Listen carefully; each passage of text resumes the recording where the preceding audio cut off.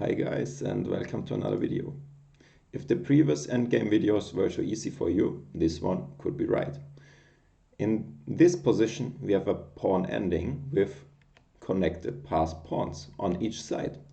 And your task is, can you figure out a way how white can win the game anyway? So take your time and we will not immediately discuss the solution, but we will try to understand the position and then step by step develop a solution. So the first thing we need to ask ourselves, if it's not clear to us, is why can white play for win here? And the main reason is just his pawns are much more advanced.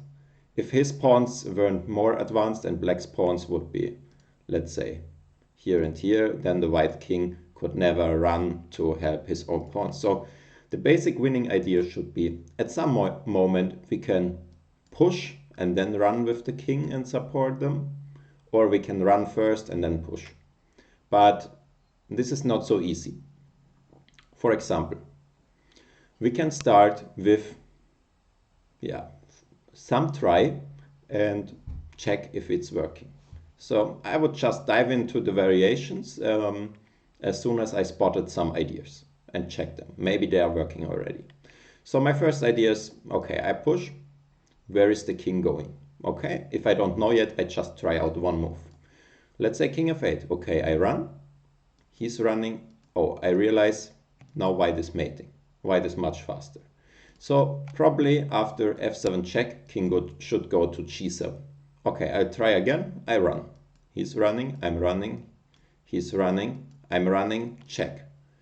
Okay, not that easy. In this line we would even be losing. So we cannot do this. Maybe I can give a check. He's going here and then wait. Because if I go to e5 and he would be on f8, then he would need to spend time because I threatened to come here and checkmate. So then he couldn't start running himself. But how can I do this? Once I understand this, I try to maybe triangulate. That it's him to move in a situation where it was me to move before. But this is not so easy. Let's try it. So we go here, he goes there, and we want him to be to move, because then if king f8, we can go forward as we saw before. But how can we do this? f7 check, king is going to g7, I play king e3, he goes king f8. I cannot go to d3 because the square is not available, so I cannot triangulate here, and that's a problem. I can also not try to go here because he's going back, and I cannot triangulate here either because this pawn is having control over the f3 square. And if I try to do my triangle here, maybe you can spot a problem, which is that he will push the pawns and I won't be able to, or maybe this pawn first, and I won't be able to come closer with the king.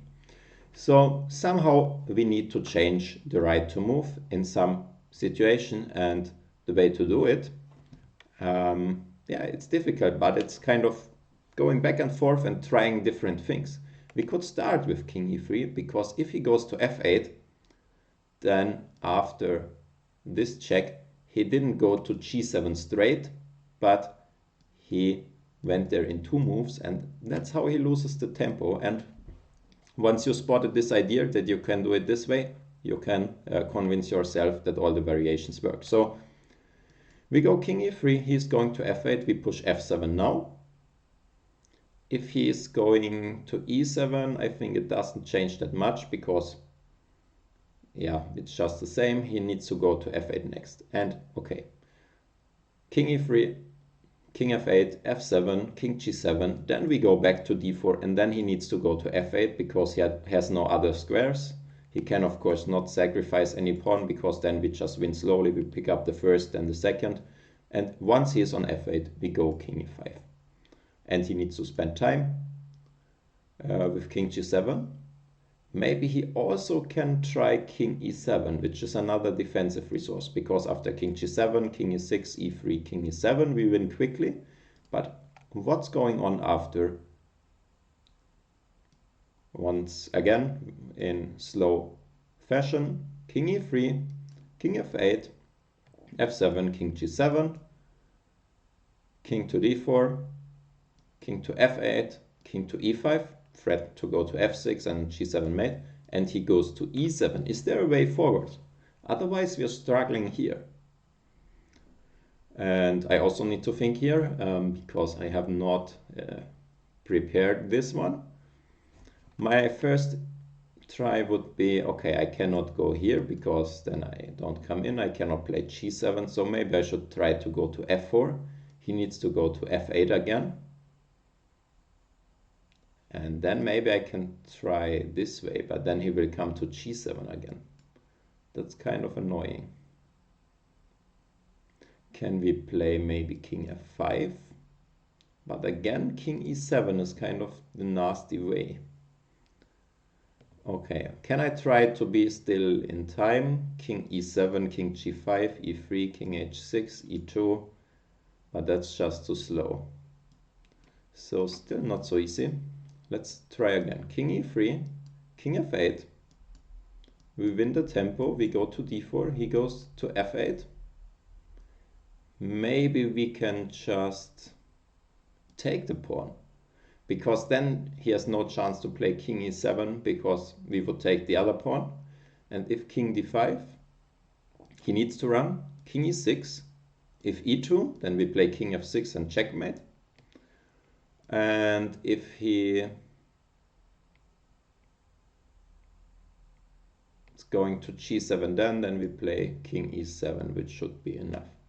Okay, finally I will put the moves on the board so that you can follow more easily, but in general it's a good practice not to move the pieces in the position because it's just more real. You need to calculate, you need to decide when to run with the king before you do it, because once you've done it there is no way back because this pawn might just run. So let's have a look.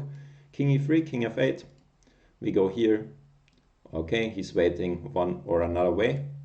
We go here, he's waiting. And we didn't come forward here, no ideas left.